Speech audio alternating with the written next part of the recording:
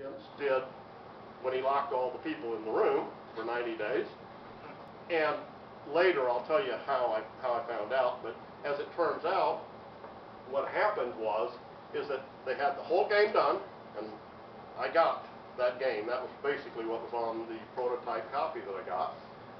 And Vince, at the last second, his son, he looks at something, he sees Teenage Mutant Ninja Turtles, and he goes, oh man, I could sell toys, I could do cartoons on Saturday morning, but I only have 3 Cheetahmen. If I had 20 characters on the game, I could make 20 different action figures, and we could do all these adventures and all this kind of stuff. So he has the guys scrap the game I have, they take it off the prototype, and they redo Cheetahmen game into something that has a whole bunch of characters. And it's obviously, I mean, and it's for that point purpose, so he can do all this stuff to kind of match the success of Teenage Mutant Ninja Turtles. Of course, you got to start with something a little, but anyway, that's another story. So, but that's what happens anyway. And so, as it turns out, the release copy has the Cheetahmen game that y'all are fairly familiar with if you've seen it or played it on an emulator or something, or had the fortunate circumstance to own Action 52. You played it, I know, right? And you loved it, right? That's why you sent it back. No? Okay. All right. So anyway, so he, but I have this Action 52 thing, and so now I know for sure I'm not selling it for $30,000 or $50,000. I am going to go out there and I'm going to get that game pulled off of there, and I'm going to put out a cartridge that has that Cheetahmen game on it for collectors, because I thought, let's see, 1,500 cartridges at $500 is worth a lot more money than even a $30,000 prototype is. Well, I mean, the first thing I do is I search all over the world, and I mean that literally, for somebody that knows what they're doing, because the technology that Vince used isn't standard old technology. He's got 52 games on one cartridge, and it's tricky. I finally find the guy. Everybody in the United States says, I can't do it, but this guy can. So I go to this guy. This guy says, oh, I can do it, but when I push this one thing on here, it may wipe out everything. And I went, oh, God. And so I went, okay, I'm going to send you the game, and I want you to do it. So he does, and totally successful. Works absolutely perfect. He pulls the file off there. The game is isolated, and I said, okay, now I need 1,500 of them, and then we go through the normal process that you do for any video game, you know, from labels to box to styrofoam to dust covers to other labels to collector boxes to holograms, serial numbered things, because I want to make this thing a limited edition collector's cartridge, and I'm going to charge a lot of money for it, frankly. Like I said, and I'm selling that today, and what that is, right here, it's Cheetahmen the Creation. I released it in November. We did 1,500 cartridges total. I've sold about half of them at this point in time, recovering just about my investment at this stage. So hopefully from here forward, whatever we sell, we'll be making a profit on it.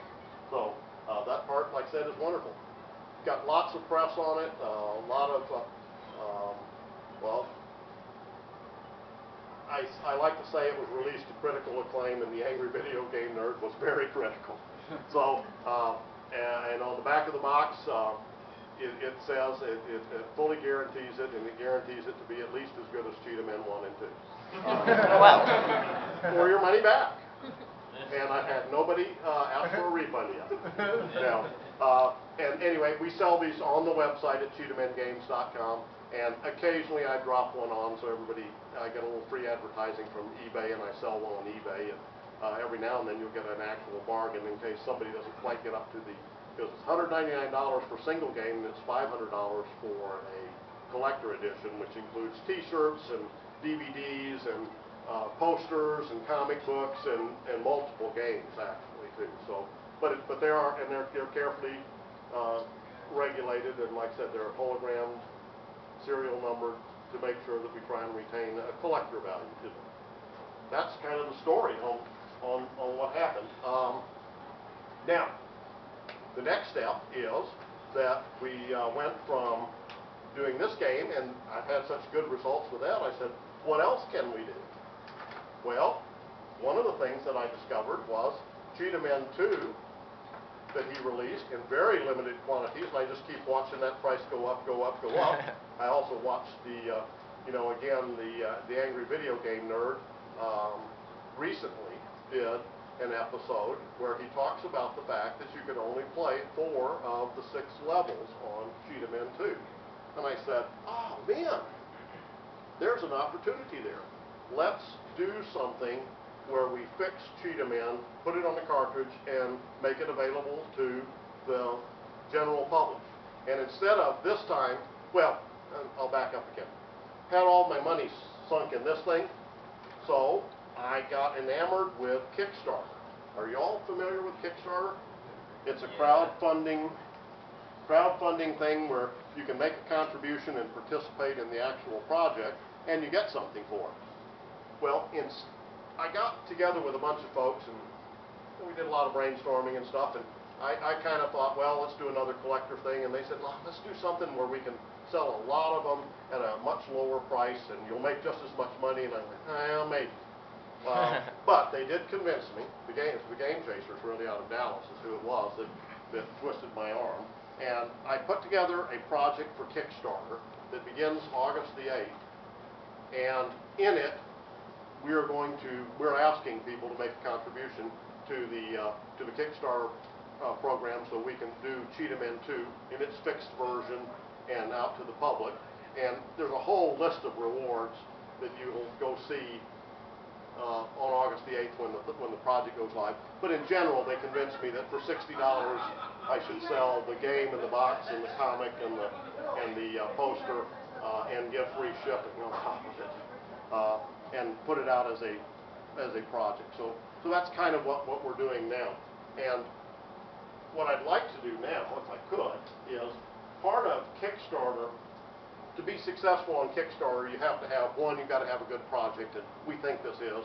2, you've got to have a good description, and when you see the page on Kickstarter, you'll know that we've done a good job on that. And the third most critical thing on Kickstarter to have a successful project is to have what they call a great video. Well, I got together with the Angry Video Game Nerd, Pat the NES Punk, the Game Chasers out of Dallas, and myself, and we put together a 10-minute video, and we finished it Thursday night. I downloaded it Friday morning on the way to the airport, saw it for the first time Friday afternoon when these gentlemen over here loaned me their laptop, and I had a chance to see it. We severely cleaned it up for the Kickstarter page. And as I said, you'll see the unaltered version on many other websites beginning then. But I have it with me, and if you guys would like to see it, I'd like to play it for you, and you'll be the first folks that can actually see it. Now, in addition to being game illiterate, I'm also computer illiterate, and they said I have to punch a button here. Okay. So